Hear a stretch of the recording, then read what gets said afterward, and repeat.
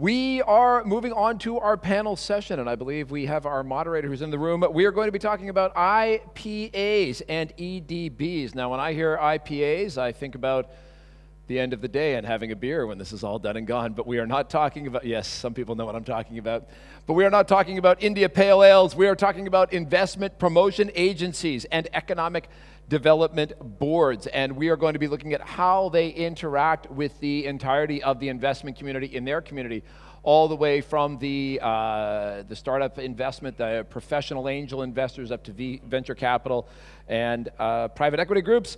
Our moderator that is going to be coming to take care of us now, he's saying a little hello to the previous speakers. Clearly he was impressed with what he saw, is Mr. Fadi Saab, the founder and chairman of Trans Capital Invest from Lebanon. We know Fadi, he's a longtime friend of the WBAF. He had a tremendous history as a banker and then an investor, but an investor who took an active role in a number of the companies that he was involved with, and everything from transportation, including airlines and healthcare, and so just has this huge wealth of expertise that he brings to a wide range of boards of companies and NGOs that he's currently involved with. His hands are everywhere and bringing success to every venture he touches with the Midas touch. So Fadi, please, you're going to bring that Midas touch to our panel today. Joining him for this discussion, we have Ariana Koskorova, who is the founder of the Creative Hub and also an appointee to the Forbes Under 30 list makers. So very impressive to have you joining us today all the way from North Macedonia. Also, Dražen Mrsic, who's the senior advisor for the international finance institutions with the Croatian Chamber of Economy, Croatia. And the Croatians were very vocal last night. Very impressive performance. That's what I'm talking about. I knew it was out there. I knew it was in the room. They could hear us in Moscow, yes. Is that a football reference? I trust it is. Miguel Martin is another longtime friend of the WBAF. I've been coming for 4 years, been happy to see him every time, so thrilled to have him. He's the founder and co-investor of the Emerging Hub, coming to us from Spain. So, Fadi? Thank you very much. You're the man. Thank you for being with us this afternoon. My name is Fadi Saab. I'm chairman of Trans Capital Invest and Trans Capital Finance, a boutique investment company. And recently I've been also bestowed with the title at WBAF, which is, I'm trying to memorize it, which is president of the Ethical Governance, Quality Leaders and Centers of Excellence Committee. So I'm very pleased to be here with the distinguished panel members. Let me start by asking each of you, please, to introduce yourself and what is your company, what do you do in this space, and we'll take the conversation from there. So, Ariana. Okay, thank you. Thank you, Fadi. So I'm Ariana from North Macedonia. I'm founder of Creative Hub in North Macedonia, and we just actually 2 days ago we opened also in Kosovo. We were on the Forbes Under 30 list because we are actually improving the education system in our country by giving aspiring individuals real-world skills in different areas such as ICT, digital marketing, data science, graphic design, etc. Thank you. Dražen? Is this open? Yeah. Yes. Okay. Greetings for our audience. I am Dražen Mrsic from Croatian Chamber of Economy.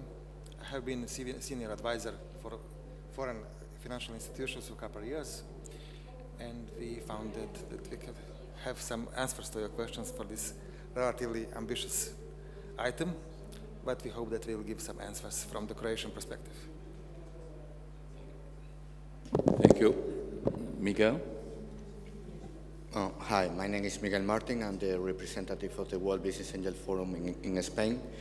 And also in previous position being linked to FDI and international trade. Basically, I think that regarding the international promotion agencies, I have experience working with standardized 6 different local, regional, and national governments. So we will see during the panel. Great, thank you. Our topic is about investment promotion agencies and economic development boards. Now, traditionally, they have 4 roles. First is to promote the image of the country in which they operate, which usually means that they do a lot of public relations work. Second, they do advocacy. So they consult with the governments on how best to create an environment which is friendly for investors. And then third, they package services like one-stop shop, facilitation services so that investors can get easy access into the economy. And lastly, and most importantly, is that they create products. Traditionally, they've been doing a lot of the infrastructure investments or in certain sectors that are strategically important for the country in which you operate.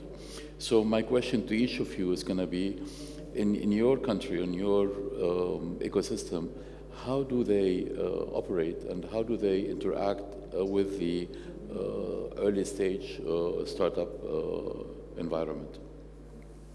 Okay, I can start. So I have to say it's really interesting panel today because I come from a non-EU country and I have two representatives, which Spain is 30 years in the European Union and we have Croatia, which is 7 years, and before that they used to be part of Yugoslavia, which our country was also. So why am I saying this? Because our country, North Macedonia, we are 29 years trying to deal with some of the political issues that we had. So I'm sure most of the people have heard about the name dispute that we had with Greece that actually prevail us into doing a better and to focusing on leveraging the promotion for investments of our country. Now, why am I saying this? What is investors looking for? Investors are looking for two things, tax system and world law. But if we cannot show them stability of our country, investors are not going to come. On this note, so after we have dealt finally with our name dispute of our country, and we have dealt with all the political issues that we have, now our country is we have just joined NATO, and then 2 days ago President Macron said that next month we will open the negotiations for Macedonia, hopefully. So this is a thing that gives us our opportunity to our country to show some stability and security in front of the investors. So we can take it to the next stage. Now, in terms of the investment promotion agencies and economic development boards, I believe that there is a tremendous opportunity, because so far we have not really focused on that, but I believe it's a tremendous opportunity to develop a very good strategic scheme that can be presented to investors, to startups and SMEs, and I believe in the second question we will speak more about the opportunities that we have. But at this point I would say that our country is at the beginning, and that we are looking forward to develop and to position our country as a startup value for investors. Yeah, you're certainly right. If you don't have confidence in an economy, you're not going to invest into it. And we all know that capital is coward. So it doesn't make a difference how well you are in promoting something if the foundation is not there. So good luck for you. Thank you. Same question. Okay, now, it's obvious that the tone of the discussion will have flowed from the previous speakers. I can say that related with the status of North Macedonia and Macedonia now, that with joining with the EU, they're hoping that we'll get this financial stability and political stability. We can compare with the Croatian situation. Croatia has become the member 6 years ago. Now it's 7. It's ongoing, and this was some positive break, of course. But Croatia, as the youngest member of EU, if we put in this financial context and context of equity finance industry, shows that Croatia, in Croatia currently, only 0.14 acquisition activities is done through equity leverage. This is the 3 times less than EU average, and comparing with Denmark, which they are having acquisitions through the risk capital instruments more than 1% of GDP. This means that political stability is not enough. This is the precondition, but we must develop the ecosystem, which is the prime step after political stability. This in Croatia happened. Even the have some ups and downs. If we make this 2013 as some breaking year with entering in EU, we start now to use also these cohesion funds and other facilities from the EU sources. And one of them is the largest European financer, not only in Europe, is European Investment Bank with European investment funds. They now currently have 3 initiatives in Croatia through the national, now I'm returning to your point, the national promotion initiatives. The largest national promotion initiative in Croatia is Croatian Development and Croatian Development Bank and Promotional Agency. Its acronym is HABOR. This National Development Bank established with cooperation with AIF and AIB the National Equity Platform, CROGIP. This is the plan for the Croatian growth. This funds also is in the field of risk financing sources, as a private equity, venture capital in all phases, early phases, and for all the stages of the entrepreneurs and enterprises. This CROGIP fund amounts approximately 35 million euro, and this is constructed on the pari passu level, and the state and the private investors must find the additional portion that can start with the deal flows. This is the one initiative in this field related with the national promotional institutions. Second is also related with the state and with the state government. This is the Croatian Venture Capital Initiative. Also, the sources are linked from the ESIF fund. This is European Structure and Investment Fund. This is approximately 35 million euro. And one of my colleagues, which is on previous panels, was also mentioned this issue. They already started with this. They have approximately 60 deal flows. And what I'm saying that step by step, this ecosystem is established, even for the European standards is undeveloped. And the third initiative to finish, the third initiative, which it's now going on, will be related with Croatian Chamber of Economy. It's related with more this detailed niche. This is related with angel investors. We are making some kind of preparation and supporting that also with cooperation with European Investment Fund established the Business Angel Fund in Croatia as I think 7 to 8 fund which is already established in EU. This fund is also particularly have intention to, it's advised to support the business angel market in Croatia. And I'm also mentioned to say that member of the supervisory board of VBA of Croatia is the reason that I'm also here. And this is the 3 initiatives which we can plausibly shows that Croatian national and private promotion institutions are giving to the relatively undeveloped market. Only to finish in this field, according to current data, we have a gap in Croatian economy in this field of risk financing, equity financing, venture financing, approximately 85 million per year for the equity financing, and the approximately 43 million for the venture capital financing for the earlier stages per year. This means that such a gap can be fulfilled in following 5 years with this ecosystem which is already established, hoping they will grow. And also, which is important, the Croatian economy and banking system is bankocentric as all European economies. But Croatian economy currently is a little bit over-debted. The corporate sector is over-debted, and naturally, the flow of loans is getting down, and interests and needs are going to the private equity financing investors, etc. Thank you. Thank you. That's very impressive. Can I ask you a question before moving on to Miguel? 2 issues regarding, one is how are these investments allocated?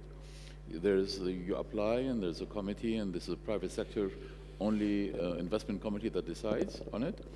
And the second question is that these funds need to exit at one moment in time to reinvest, I think, hopefully, so that they can have a turnover and go back in the economy. How do they exit? Yeah, this is the exit strategy is an exit philosophy is still something which must be developed in Croatia. I am not familiar, even this is my job, that I have no more than 5 to 10 successful company which made the exit, or to be sold, or to go to the upper investment stage. But regarding the managing of these funds, this was the public bid, and for this venture company which was established through in cooperation with the government, this is the public bid, and this is the one company this management company is established and founded on the public bid. And they must fulfill these requirements for the exit strategy. This is not in sense that we have this kind of helicopter money. This is not giving the money only to fulfill, we have growing in this ecosystem. I think that the time is such that nobody is giving the money without any possibility to check, even this is state money. Thank you. Up now in Croatia, hopefully also in not Macedonia. Miguel, how's the situation in your part of the world? Well, Spain is, I think, a very particular case because the country is structured in local, regional, and national level. So we have international promotion agencies acting at local, but in regarding to regions, in Spain there is almost a federal country. So in reality, we have like 17 regional agencies that have their own responsibility and initiatives for promoting the export promotion and attraction of investment for each region. And they are moving to the startup economy. They are switching from trying to bring the important or big industrial investments to develop more the startup technology innovation ecosystem, which is something, depending what kind of friend we consider, but it's something new. So for example, we have the case of been working with ProMálaga, the international promotion agency of the city of Malaga, developing, for example, a startup zone within their traditional calendar of trade shows. Another example is an international lab in Madrid, which is basically a soft landing space for startups from all around the world that want to arrive to Madrid. At the regional level, my largest experience is with Andalusia. As you know well, I have bring here 10 startups coming from the region of Andalusia. So there is different initiatives. Also at national level, ICEX Investing Spain has been starting to promote startup delegations to, for example, I was helping them to do the scouting for the MIPIM project in Paris and the MIPIM project in New York related to real estate technology. So they are collaborating with experts in the technology and innovation startup ecosystem like me for identify potential startups to go abroad or to bring them to the Spanish ecosystem. I think that this is going to continue growing at these three levels. Maybe because of the situation of Spain, the regional level will be the one with more active, because basically they are the one with more competencies on these specific initiatives or responsibilities. And I think that for the coming years, it's going to be more and more important that involvement and promotion of the startup internationalization and bringing a startup from foreign countries to Spain. Yeah, I'm very impressed with how developed Spain is in terms of attracting investment and promoting early stage companies. And what I like most is that it is decentralized. So you have each government or each municipality doing its own thing, and that has been working very well for you.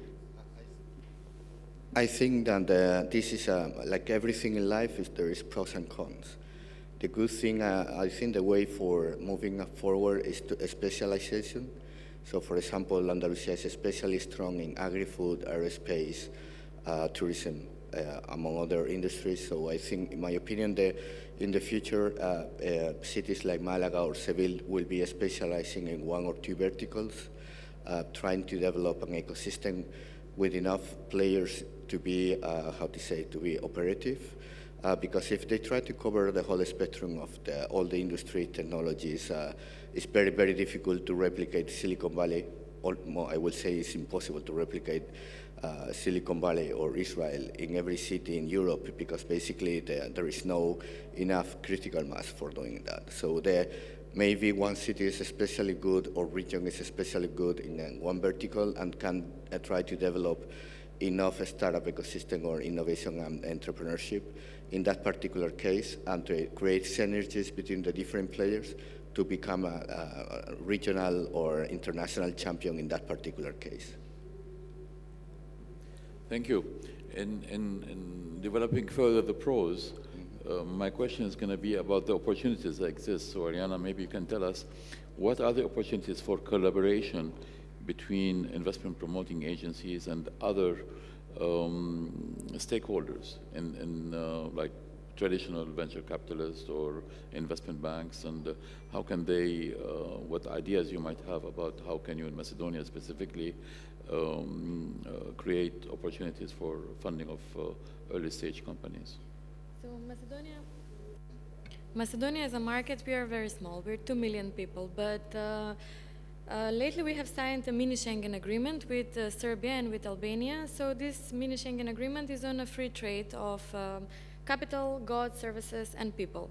Now, if we take this a little bit further into what we are saying, as a joint initiative, or if we do collaborations between the region as a joint initiative collaboration, we can increase the productivity, and maybe we can think of creating the next growing Europe or growing Balkan within Europe initiative or platform that can be even more easier to do access on venture capitalists or private equity companies when you try to attract them as a region, not just as a single market. Because if we look also on the number of STEMs that are graduating every year, and our region is very competitive because of the low standard of living and the lowest cost of STEMs. So investors are looking for infrastructure, they're looking for whether companies are supporting developing of cultures of investing and support of technology, digitalizing of skills. Do the companies have an artificial intelligence plan? Do the companies have a technology strategy? What are the regulations? What is the credit of the country? So we have to be able to make a story and to brand this in the country or in the region, and then to scale it down to the startups and to SMEs. So that is one of the things, because if we see how can we attract foreign direct investments, we can attract them by thinking that Europe as the next can be the supply of the next technologist workforce. I was in the World Economic Forum, and I had the opportunity to listen to Goldman Sachs the day before they announced that they need a woman into every board that they're going to invest in.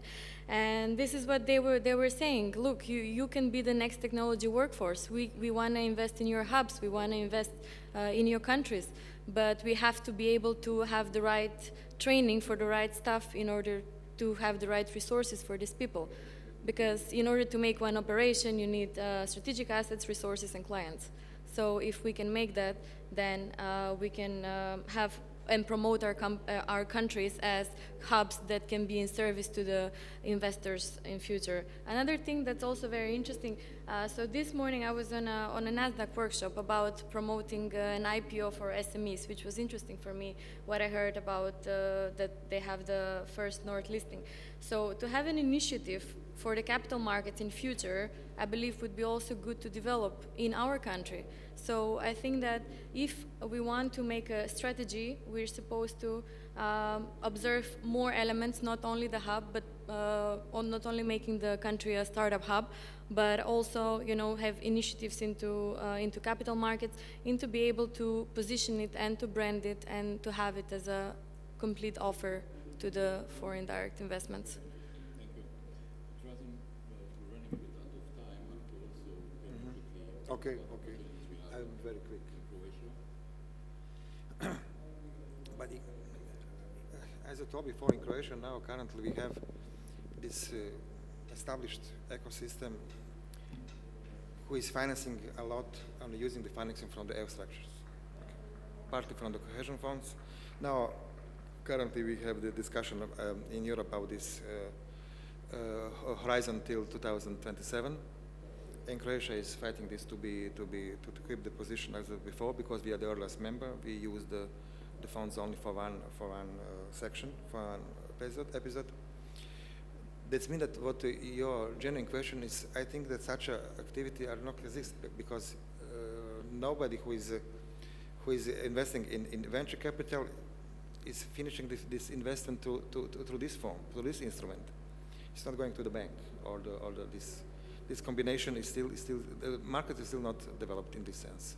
But this hybrid system is something which is ahead.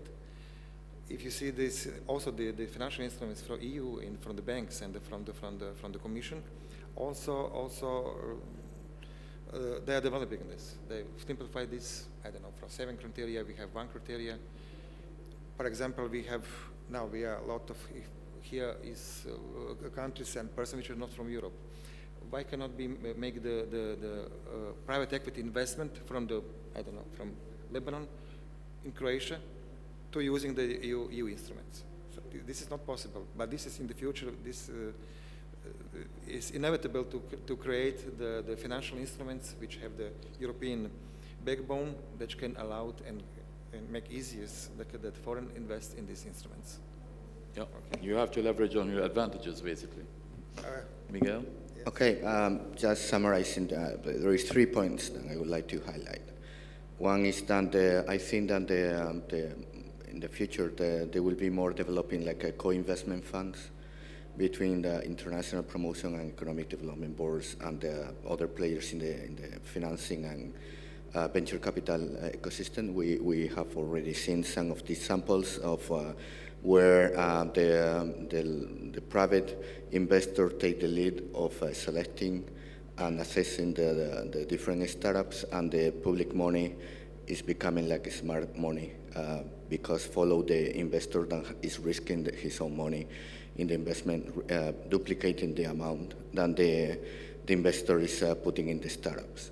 That is, I think, is a good way for optimizing and multiplying the quantity of investment that can be achieved for different startups. Another point that I would like to say is that if anyone is interested in that specific topic, there is 2 very good articles, one from the Harvard Business Review and the other from the GIC, the German International Donor and Economic Development Agency, specifying different instruments that these international promotion agencies can use for promoting that kind of the involvement in the startup ecosystem, basically.